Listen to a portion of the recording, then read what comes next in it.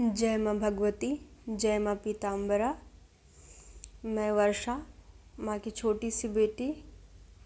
माँ से जुड़े हुए अभी मुझे कुछ 5 से 6 महीने हुए और इस 5-6 महीने में माँ की कृपा से और मेरे गुरुदेव भगवान की कृपा से मैंने जो ज्ञान के साथ विज्ञान को सीखा, जाना, माँ की कृपा को महसूस किया, माँ की शक्ति को मैं जितना समझ पाई इस छोटी सी यात्रा में, उन सभी को मैंने आप सभी के साथ साझा किया। मैंने माँ की साधना में गुरुदेव भगवान के बताए हुए हर निर्देश का पालन करने की कोशिश की। उन्होंने जब मुझसे जैसे कहा कि तुम एक माला से शुरू करो और निरंतर तुम्हें हठ योग का प्रयोग करते हुए आगे बढ़ते जाना है और गुरु सानिध्य में ही साधना करती जैसा गुरु का निर्देश हो, तो मैंने वैसे ही किया। मैंने कुछ महीने तक सिर्फ मंत्र जाप किया, जो संकल्पबद्ध नहीं था, जितना मैं पर डे कर सकती थी अपने आप को फोर्स करके। फिर उसके बाद मैंने अनुष्ठान के लिए गुरुदेव भगवान से परमिशन ली और जब उन्होंने परमिशन दी तो मैंने अपना अनुष्ठान करना स्टार्ट किया। तो सबसे पहला अनुष्ठान मैंने 3600 बीज मंत्र का किया और फिर उसके कुछ दिन बाद मैं दूसरे अनुष्ठान के लिए प्रिपेयर हो पाई, तो फिर मैंने 11,000 बीज मंत्र का किया। फिर उसके बाद 21,000 का किया और फिर मैंने 36,000 का किया। तो इस तरीके से मैंने एक माला से जाप करना स्टार्ट किया था, पर डे एक माला। और एक माला से मेरी यात्रा शुरू होते गई और मैंने उस संख्या को धीरे धीरे करके बढ़ाया हठ योग का प्रयोग करते हुए। और मैंने जब 36,000 बीज मंत्र का जाप किया तो मैंने एक दिन में 39 माला 39 माला तक किया है। मैं इतने देर तक बैठ पाई, ये सिर्फ गुरुदेव भगवान के मोटिवेट करने की वजह से, उनके समझाने की वजह से और माँ की कृपा की वजह से। माँ की कृपा भी नहीं होती तो भी मैं ये साधना नहीं कर पाती। तो ये मेरे कई जन्मों के पुण्य है कि मैं माँ से जुड़ पाई और माँ की शक्ति को महसूस कर पाई। और बहुत छोटी सी यात्रा में मुझे माँ की बहुत ही कृपा प्राप्त हुई है, तभी मैं आज कुछ बोल पा रही हूँ। और इसके पहले मैंने अपने 11 पार्ट में जो यात्रा में मैंने जो महसूस किया, जो पाया, जो समझा, ज्ञान विज्ञान, उन सारी चीज़ों के बारे में आप सभी को बताया, आप सभी को जगाने की मैंने कोशिश की। इस यात्रा में माँ का तो मैं आभार करती ही हूँ कि उन्होंने अपनी इस नादान सी बेटी को बहुत जल्दी अपना लिया, अपनी शरण में बुलाई भी संकेत देके और बहुत जल्दी अपना ली। गुरुदेव भगवान का बहुत बहुत धन्यवाद। अगर ऐसे गुरु नहीं मिलते तो मैं इस साधना में कभी भी सफल नहीं हो सकती थी।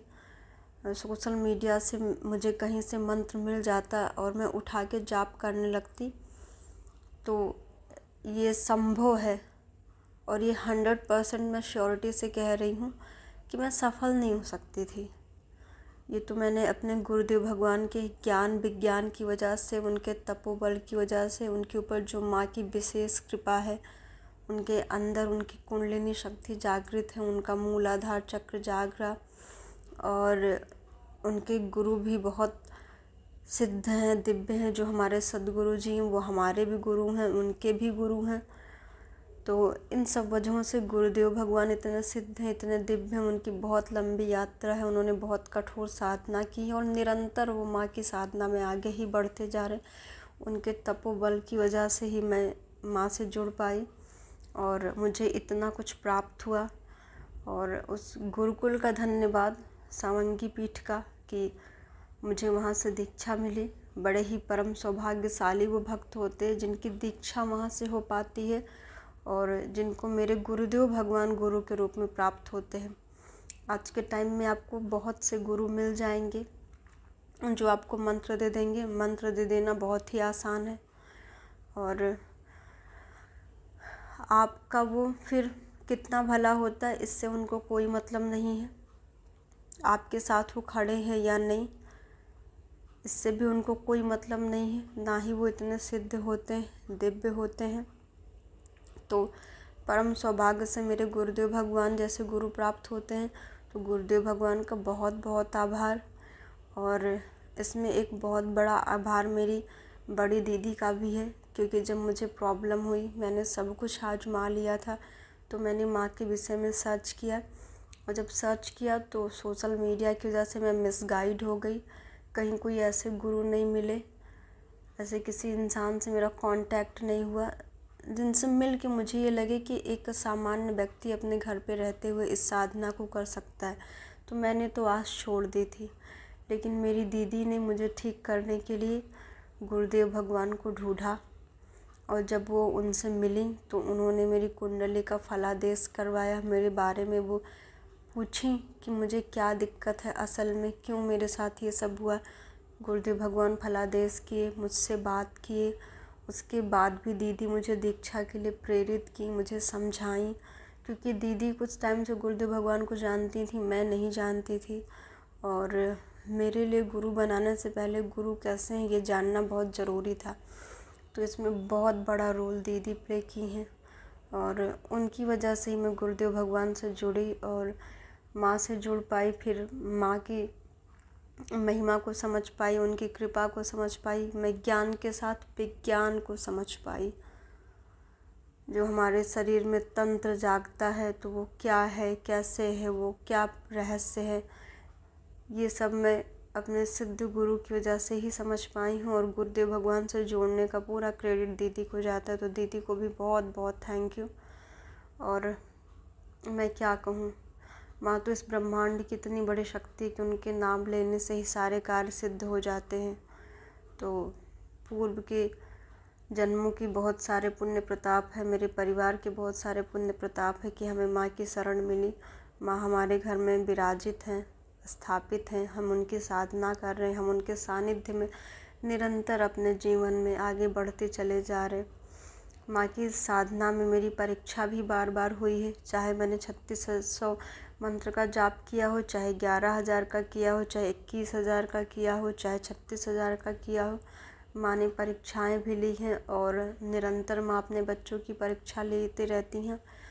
और गुरु कृपा से मैं उस परीक्षा में पास भी हुई।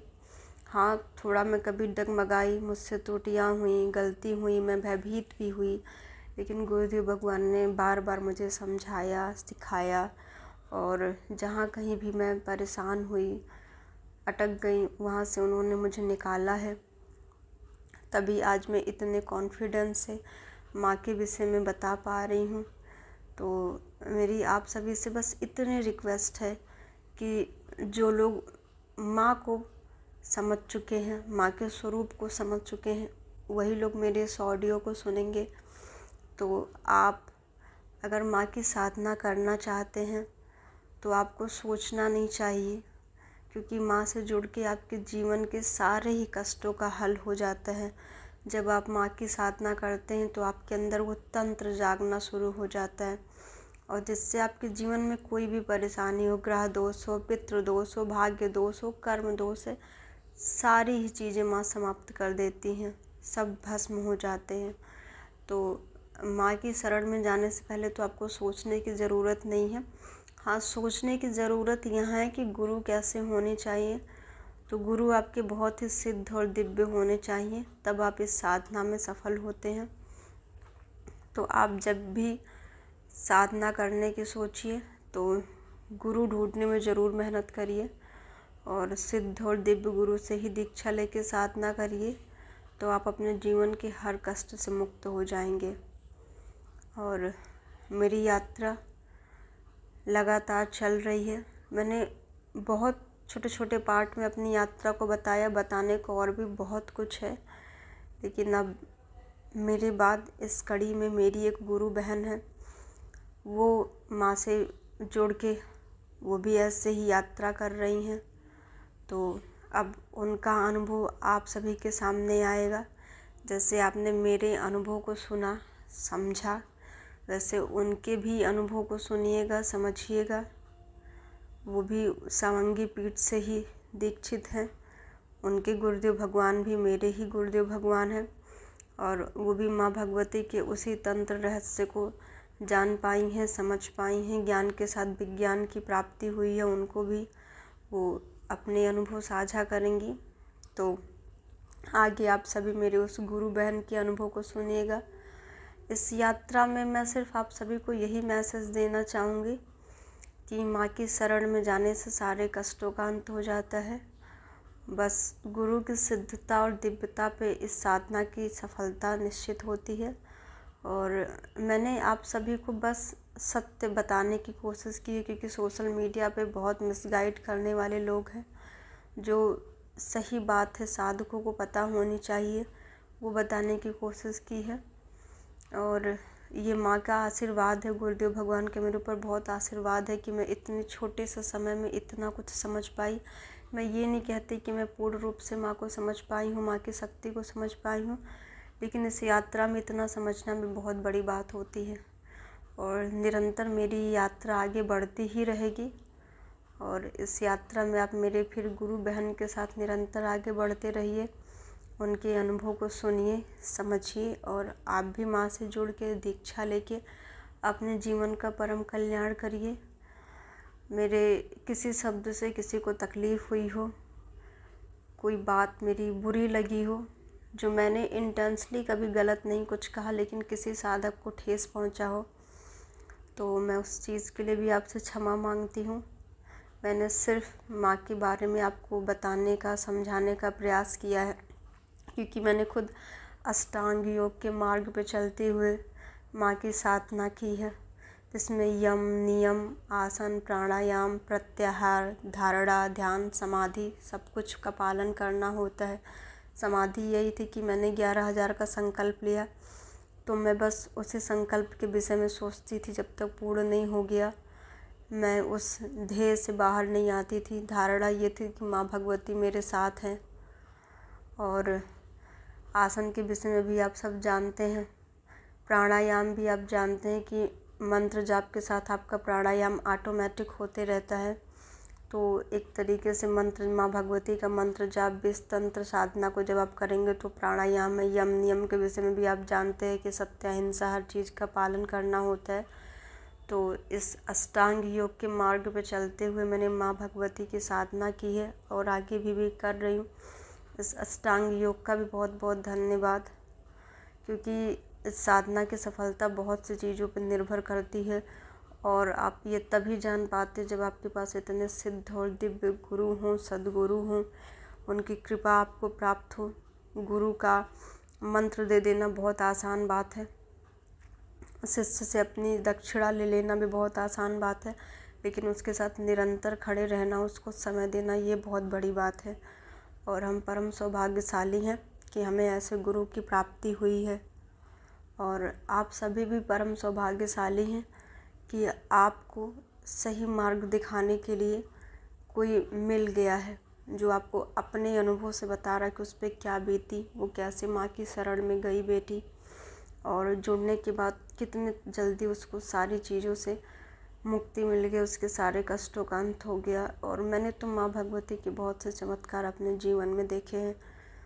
कुछ मैं बता सकती थी, छोटे मोटे अनुभव तो मैंने आपको बताया, कुछ बताने का आदेश नहीं है तो मैंने नहीं बताया। लेकिन आप माँ से जुड़िए, आपका परम कल्याण हो जाएगा। और बस मैं इन्हीं शब्दों के साथ अपनी यात्रा को विराम दे रही हूँ। आगे आपको अपनी जर्नी और माँ की महिमा का व्याख्यान मेरी गुरु बहन से सुनने को मिलेगा, और माँ भगवती की प्राप्ति कैसी हो, उनकी साधना का मार्ग कैसा है, क्या है, ज्ञान के साथ विज्ञान, इस तंत्र साधना का आप सब कुछ उनके मुख से सुनेंगे। फिर कभी माँ का आदेश हुआ तो मैं अपनी यात्रा के बारे में फिर आप सभी से जुड़ के और अपने आगे के अनुभवों को भी साझा करूँगी। और आप सब ऐसे ही माँ की शरण में बने रहिए, जैसे माँ ने मुझ पे कृपा की और भी बहुत से लोगों पे कृपा की हैं। आप सभी पे भी माँ की कृपा बरसे, माँ सबका परम कल्याण करें। इसी के साथ मैं बस माँ का आवाहन करती हूँ और अपनी वाणी को विराम देती हूँ। ओम मध्ये सुधाब्धि मणिमंडप रत्न वेद्याम सिंहासनों परिगताम परिपीतवर्णाम पीताम्बरा भरणमाल्य विभूषितांगी देवी भजामि धृतमुग्धर वैरिजिह्वाम जिह्वाग्रमादाय करेण देवी वामेन शत्रून् परिपीडयन्तीं गदाभिघातेन च दक्षिणा पीताम्बराढ्यां द्विभुजां नमामि। ओम श्रीबगलामुखी मंत्रस्य नारद ऋषि तिष्ठुप्छन्द श्रीबगलामुखी देवता ह्रीं बीजं स्वाहा स्वाशक्ति मम भीष्ट सिद्ध्यर्थे जपे विनियोगः। जय माँ भगवती, जय माँ पीताम्बरा।